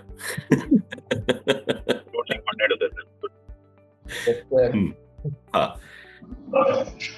ओके। सो यही साइंस है कि हमारे को जो है ना समझना है कि रेफरल लेना कब चाहिए। अब जैसे Sunny are you still here in the session? जो आपने मेरे को बोला था कि मैं लेता हूं तो रेफरल बहुत अच्छा मिल जाता है और बहुत बढ़िया मिल जाता है। मेरी सेल्स टीम को रेफरल या तो मिलता ही नहीं है, या जो उनसे रेफरल आते हैं वो कन्वर्ट नहीं होते। तो इसका मतलब आप रेफरल कब ले रहे हो और किससे ले रहे हो और कैसे ले रहे हो, ये तीनों की तीनों चीजें मैटर करेंगी। सबसे इंपॉर्टेंट है रेफरल ले कब रहे हो। तो अब अगर आप देखते हैं तो आपकी सेलिंग के अंदर, अब मैं आपको सेलर्स पर्सपेक्टिव दिखा रहा हूं, सारा मैंने आपको बताया है। अब लेट अस से एक्शन मोड के अंदर आए, उन्होंने आपसे सामान खरीद लिया, तो आपका पॉजिटिव फ्रेम ऑफ माइंड उस कंपनी का आपकी कंपनी के बारे में, या उस बायर का आपकी कंपनी के बारे में सबसे ज्यादा पॉजिटिव फ्रेम ऑफ माइंड कब होगा? When will this person or this particular company be positive about your company and your product and your people? कौन से टाइम के ऊपर आपके बारे में सबसे पॉजिटिव होगा उनका mind?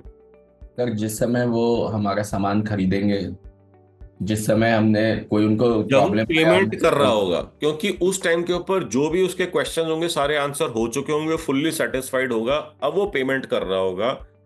His mind would be very, very positive about whatever it is that we are doing, whatever my product is, whatever my company is. Best time होगा और one of the best times होगा उस time के ऊपर referral लेने का। ये बात आपको समझ में आ रही है? जब वो पे कर रहा होगा। अब यहां पर depending on the product, depending on the industry, इसके बाद भी काफी सारी स्टेजेस आएंगी।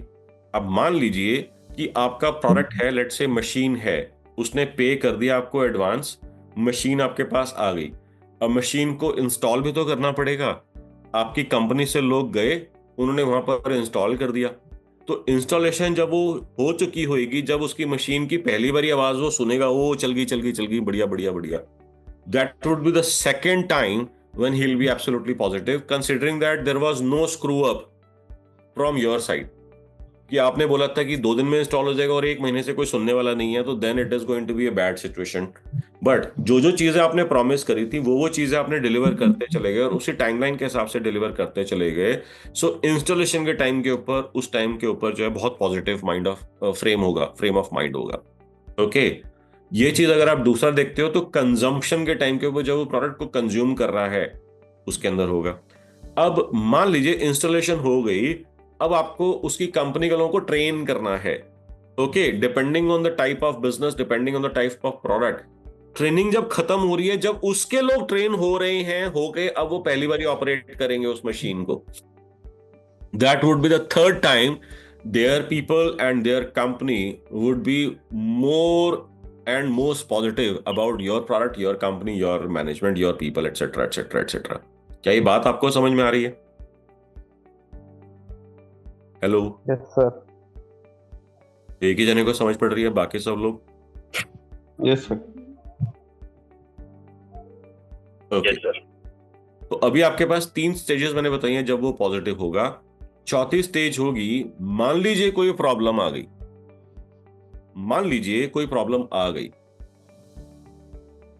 अब आपने फटाफट से उस प्रॉब्लम को रिजॉल्व कर दिया एंड उसकी मशीन वापस से फंक्शनिंग में आ गई।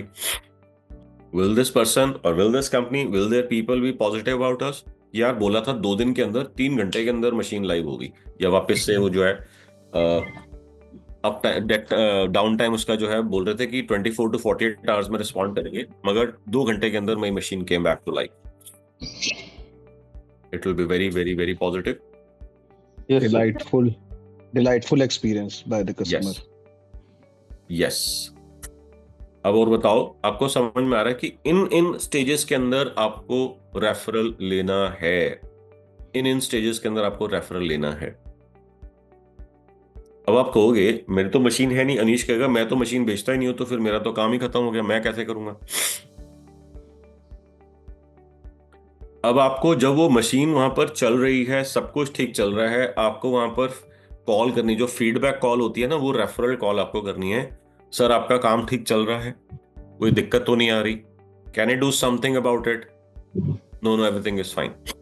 Is there anything that we can do to help you get better efficiency out of your machine? No, everything is fine, machine चल रही है, बढ़िया चल रहा है। This is another time you can take referral.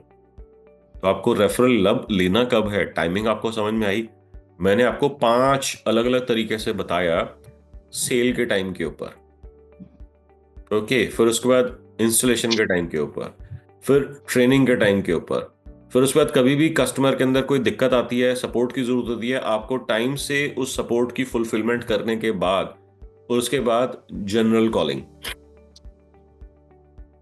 सबसे पहले आपको ये देखना है कि वो कस्टमर सेटिस्फाइड है। अब आप मेरे को ये बताओ कि कस्टमर जो है वो तो बड़ा ही परेशान करता है। आप में से कुछ लोग कहेंगे 6 महीने पहले, साल पहले कोई दिक्कत आई थी, अगर मैं पूछूंगा सब कुछ ठीक चल रहा है, वो दिक्कत ही बार बार गिनाएगा। वो ये नहीं देखेगा 6 महीने सही चली, 1.5 साल सही चली, बस एक बार जो दिक्कत आई थी वो बार बार गिनाएगा वो।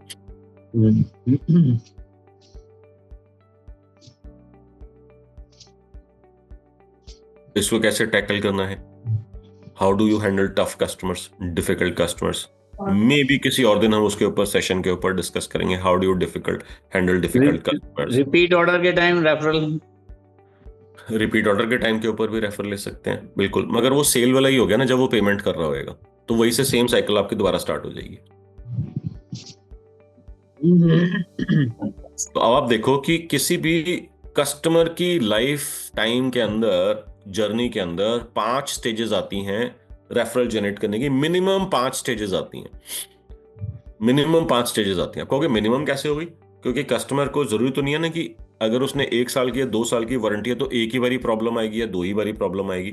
भगवान न करे 10 बारी प्रॉब्लम आए, मगर आपके पास, अगर आपने हर बारी टाइम से उसको फुलफिल कर दिया तो आपके पास 10 आ गई, 10 अपॉर्चुनिटीज आ गई रेफरल जनरेट करने की। ओके, और यहां पर आपका कोई क्वेश्चन है? I will wait for a minute if there is any question. हाँ जी अनीश। सर हमारा बिजनेस आयुर्वेदा का है सर, तो इसमें कैसा हो सकता है? बिल्कुल ठीक है। मतलब अभी तक तो बिजनेस सिर्फ रेफरल पे चल रहा है, zero advertisement, zero marketing.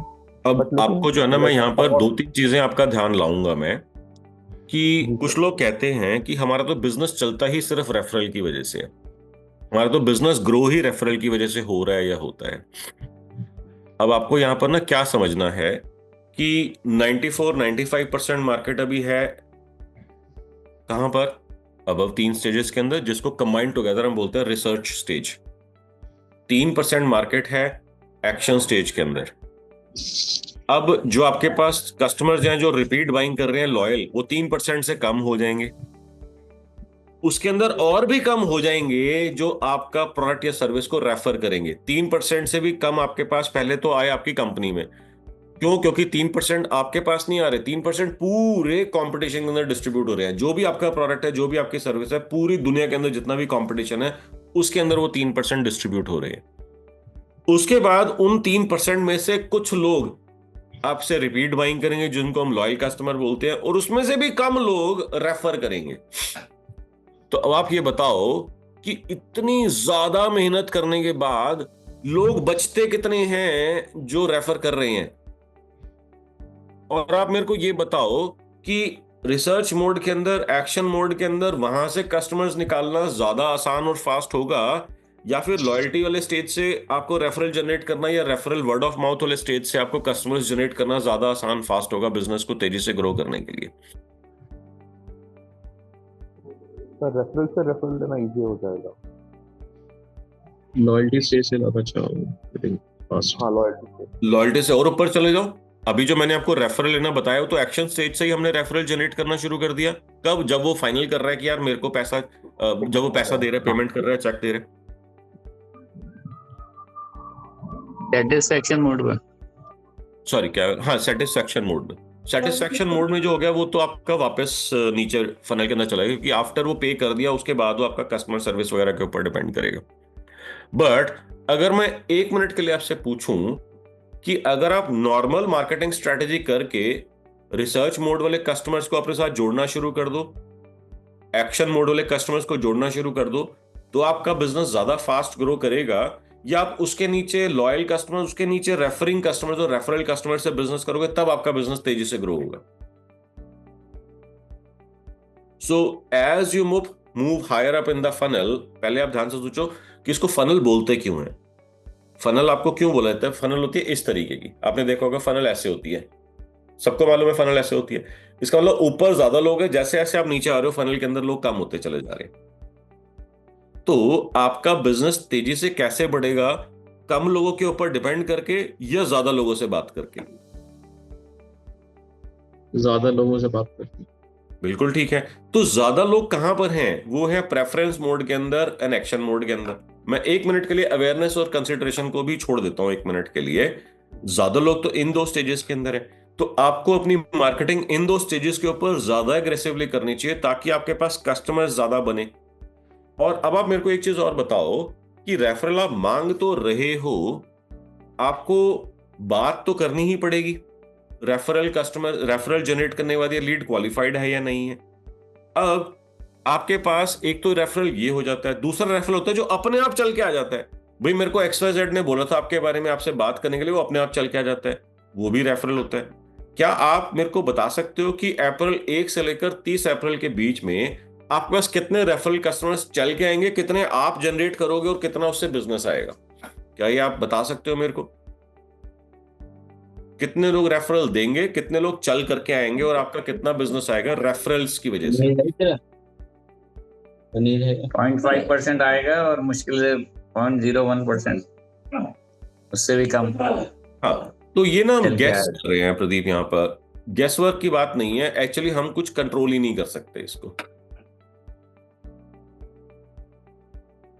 Okay, normally जिस तरीके से लोग काम करते हैं, you cannot predict, you cannot project. Gaurav, Manali, Sanjam, Manu, Sunny, क्या आप लोग बता सकते हैं कि अगले महीने मेरे पास रेफरल की वजह से इतना बिजनेस आएगा? No, sir, but that's the reason why referrals, you cannot depend on referrals business. It has to be only 1% of your total sales. तो कंसीडर कि आप जो है नॉर्मली जिस तरीके से रेफरल मार्केटिंग होती है या नॉर्मली जिस तरीके से रेफरल सेल्स होती हैं, consider that either as bonus or you have to have a solid actively controlled referral generation engine in place. Otherwise आपका बिजनेस तेजी से ग्रो नहीं कर पाएगा, इनफैक्ट खत्म हो जाएगा जो किसी टाइम के बाद, क्योंकि रेफरल कस्टमर्स आ ही नहीं रहे होंगे, क्योंकि बहुत ही छोटे नंबर के लोग होंगे जो रेफरल देने के लिए तैयार होंगे, मगर वो जितने लोग भेज रहे होंगे आपके पास हर हफ्ते या हर महीने या हर साल, उससे आपका बिजनेस ग्रो नहीं हो पा रहा होगा. That is called passive referral business. अगर आप पैसिव रेफरल के ऊपर ही बेस्ड हो तो बहुत ज्यादा लंबा ड्यूरेशन ऑफ टाइम आपको सरवाइव करने के लिए प्रॉब्लम आएगा, चैलेंज आएगा, जब तक कि अपना कस्टमर बेस इतना ना बन जाए कि वो आपको इतना रेफरल देने शुरू कर दें कि आपका पेट भर जाए उससे. That is what most people do and that is all wrong. This is the incorrect way of generating referral business. Is this conversation making any sense?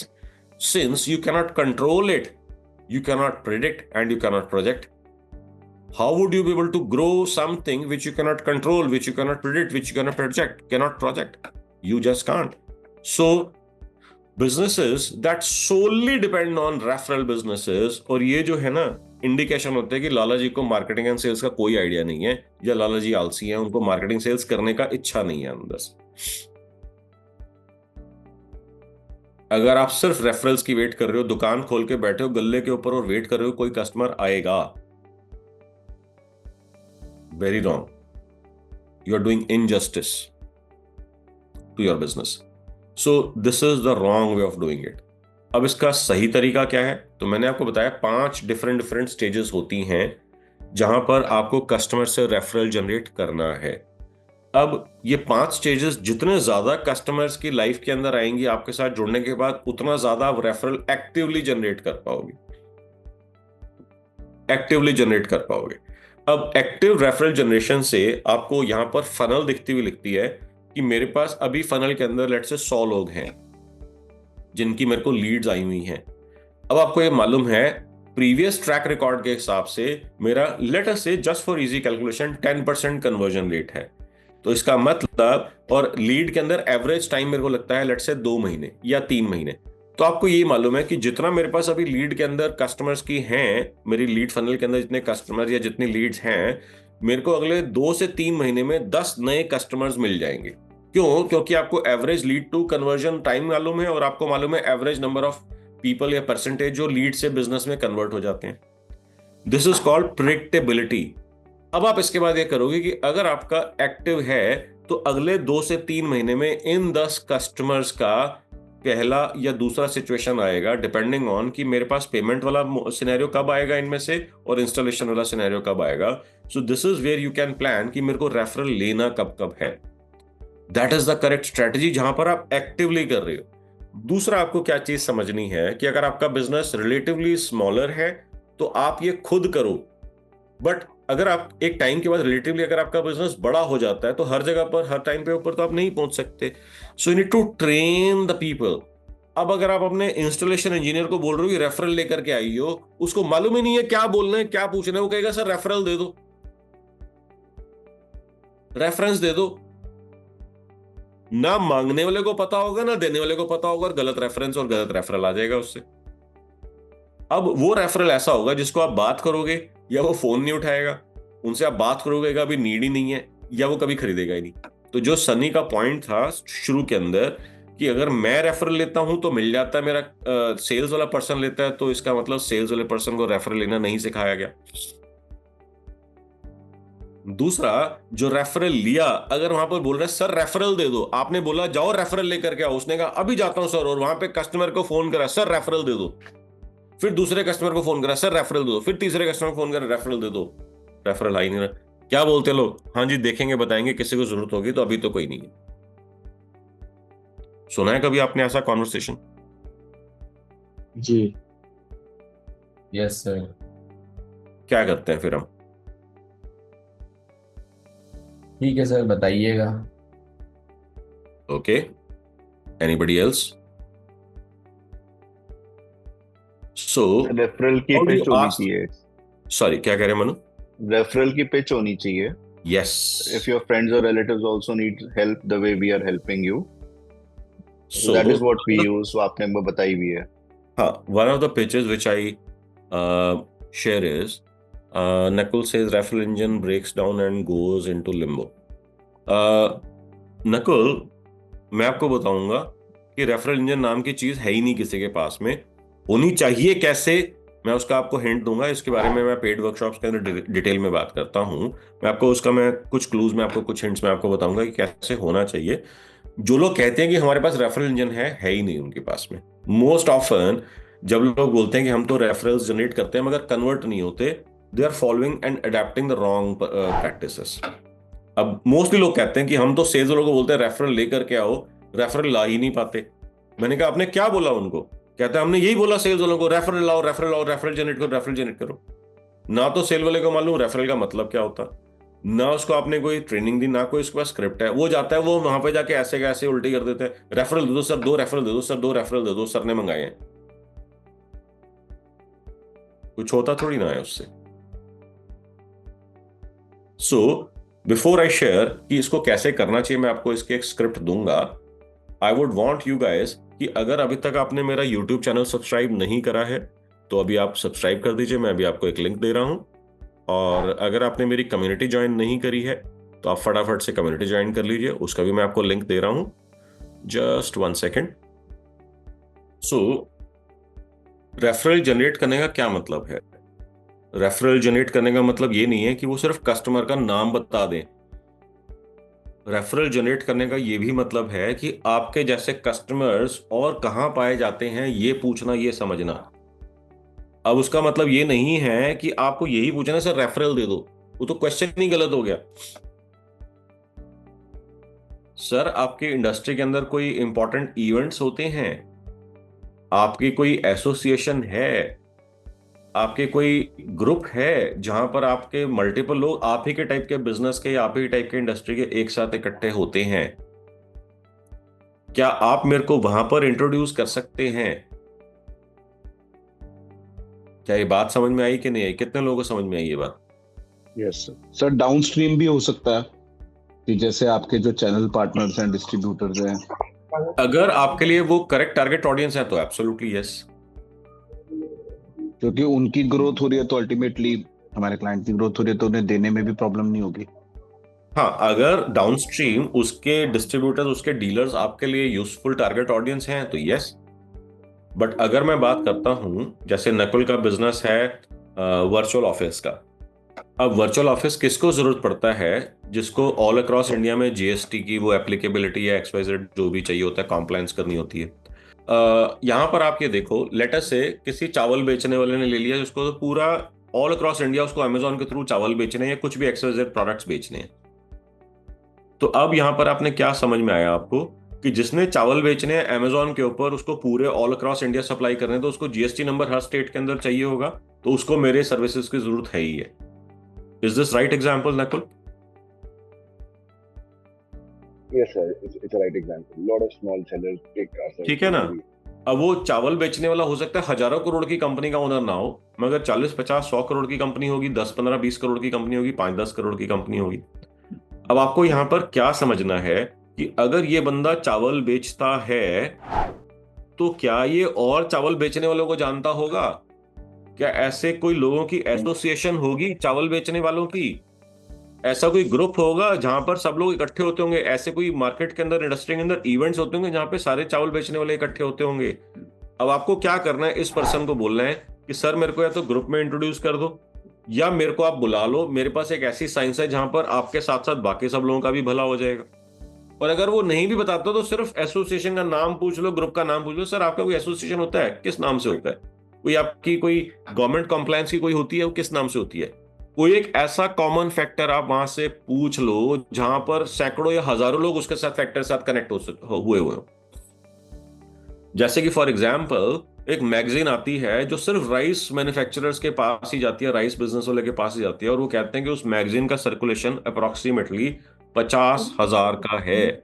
इसका मतलब 50,000 लोग जो है उस मैगजीन को सब्सक्राइब करके बैठे हुए हैं।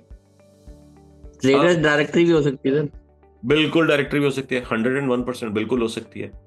तो अब जैसे ही उसने बोला यार मेरी एसोसिएशन ये है, तो पहली चीज आपने पूछनी है कि सर आप इस एसोसिएशन में किस लेवल के ऊपर हो। अगर वो टॉप 3-4 जो डेजिग्नेशन होते हैं एग्जीक्यूटिव कमेटी के, प्रेसिडेंट, ट्रेजरर, सेक्रेटरी, XYZ, तो आपका जैकपॉट लग गया वहां पर। अगर वो कहते हैं नहीं जी इतना टाइम कहाँ होता है, बस मैं मेंबर हूं, कभी कभार चला जाता हूं, बस इतना ही मेरा मेंबरशिप है, तो क्या आप प्रेसिडेंट को या XYZ को जानते हो, सेक्रेटरी को, ट्रेजरर को, किसी को जानते हो, मेरी उनसे बात करवा सकते हो। This is called active referral strategy. अगर आप प्रेसिडेंट के पास पहुंच गए, आपने वहां पर अपना कॉन्सेप्ट बताया कि इस चीज की वजह से, इस नॉन कॉम्प्लायंस की वजह से इतने इतने नुकसान होंगे, मैं आके वहां पर एजुकेट करना चाहूंगा, आप मेरे को बताओ, या वो कहेगा हाँ या वो कहेगा ना। हाँ कहेगा तो उसमें दो चीजें होंगी, या वो फ्री में बोलेगा या आपको बोलेगा स्पॉन्सरशिप का पैसा लगेगा। Depending on the stage of business, या तो आप सिर्फ जो बोल रहे हैं फ्री में आ सकते हो, सिर्फ उन्हीं से बात करेंगे, या फिर आप कहते हो हाँ ठीक है मैं स्पॉन्सरशिप का पैसा देने के लिए तैयार हूं, बिकॉज आपने बैकएंड में कैलकुलेशन करी हुई है, मैथ अपना माइंड के अंदर करा हुआ है कि अगर मैं 50,000 रुपए, लाख रुपए, 2 लाख रुपए दे भी देता हूं तो मेरे को कितने कस्टमर्स के ऊपर ये मेरा पैसा रिकवर हो जाएगा। तो आपने कहा 1 या 2, अब आपने देखा वहां पे 300 लोग हैं, क्या 300 लोगों में से 1 का ऑर्डर आ सकता है, 2 का ऑर्डर आ सकता है? हाँ हाईली लाइकली है, मैं 2 लाख रुपए दे दूंगा। यही कैलकुलेशन मेरे को भी किसी ने बोली थी। क्या कह रहे हो अनीश? स्पॉन्सरशिप देना नहीं है तो स्पॉन्सरशिप लेना है, अभी आने वाली है। हाँ बिल्कुल ठीक है, बिल्कुल ठीक है। तो उसकी अलग स्ट्रेटेजी है। अब ऐसा है ना कि अलग अलग लोग अलग अलग स्टेजेस के ऊपर मेरे से जुड़े हुए हैं, तो मैं सबको साथ में लेकर के चल रहा हूं। मैं आपने हायर स्टेज की आपको साइंस मालूम है, तो आपको मालूम है कि वहां पर वो चीज कैसे काम करती है। मैंने आपको पूरी डिटेल में मैंने समझाया कि स्टेप 1 ये होगा, स्टेप 2 ये होगा, स्टेप 3 होगा। अब आप रिलेट कर पा रहे होगे जो मैं अभी आपको उससे बता रहा हूं। अब यहां पर जो है आपको ये समझना है, रेफरल डज नॉट मीन कि वीक रेफरल्स जो वो दे रहे हैं। You have to get really really really solid referrals. Solid referral कैसे मिलेगा? अगर आप प्रेसिडेंट के पास पहुंच गए और प्रेसिडेंट बोल रहा है वहां पर आपको कि इनके बात ध्यान से सुनो, ये आपके करोड़ों रुपए का नुकसान होने से बचवा सकते हैं, ये है सॉलिड रेफरल। अब वहां पर गए, आपने 10 मिनट की कहानी सुनाई और उनको बोला कि अगर आपको ये प्रॉब्लम आ रही है, आपने फेस करी है, आपने किसी और के साथ होते हुए देखा और आप चाहते हैं कि मेरे को रात को आराम से नींद आए, मेरे को दिक्कत ना आए, तो एक काम करो, ये QR कोड स्कैन करो, ये मेरे से बात कर लो, या ये मैंने किताब लिखी है, मेरी ये किताब पढ़ लो। अगर आपको जल्दी फास्ट इमीडिएट सॉल्यूशन चाहिए तो ये मेरा कोड है, इसको पे करो और मेरे से बात कर लो, कंसल्टेंसी ले लो, whatever it is that you want to sell. This is the science of generating really really powerful referrals really really fast. आपको एक ऐसी जगह पर पहुंचना है, वो सेंटर पॉइंट होना चाहिए सैकड़ों या हजारों पॉसिबिलिटीज का। जो मैंने अभी आपको एग्जांपल दिया, चावल वाला मैंने बिजनेस का आपको बताया। आपको मालूम है राइस सेलर एसोसिएशन है, राइस मैन्युफैक्चरर एसोसिएशन भी होती है, जिसके अंदर दसियों हजारों लोग उसका मेंबर हैं। अगर आप उस एसोसिएशन की डायरेक्टरी को ढूंढ लेते हो, डाउनलोड कर लेते हो, दसियों हजार लोगों के नंबर आपके पास एक बारी एक झटके में आ गए। अब ये रेफरल मार्केटिंग नहीं हुई। रेफरल मार्केटिंग क्या होगी? अगर आप किसी ऐसे पर्सन से जिसने अभी अभी आपके साथ बिजनेस करा है और खुश है, उसको बोलते हैं मेरे को इस प्रेसिडेंट से कनेक्ट कर सकते हो, मेरे को सेक्रेटरी से या ट्रेजरर से, एग्जीक्यूटिव से, XYZ से कनेक्ट कर सकते हो, और वो कहता है हाँ मैं कर सकता हूँ, ये लो अभी मैंने फोन लाया, सर अभी फोन कर दो, मैं अभी कभी चला जाता हूँ उनके पास, या अभी कभी आप उनसे बात करके मेरे को कनेक्ट कर दो, मैं अभी कभी उनसे बात कर लेता हूँ मैं। This is called really powerful referrals. और ये ऐसे जब कनेक्ट होते हैं ना, जब कनेक्ट होते हैं और कन्वर्ट होते हैं, ये ऐसे कन्वर्ट होते हैं, और यहां से आपको एक ऑर्डर नहीं आएगा। जिस तरीके से मैंने आपको बताया है, आपके पास दर्जनों ऑर्डर्स लाइन से लगा करके आ जाएंगे। Is this making any sense? अगर मजा आ गया सुन के तो क्या करना होता है? मजा आ गया सर। ऑलराइट जी, सो ग्रेट है जी। So time to say bye bye and I will see you next Wednesday. In the keep meanwhile छापते रहो। Thank you Murali. Have a good day. Thank you. Bye bye.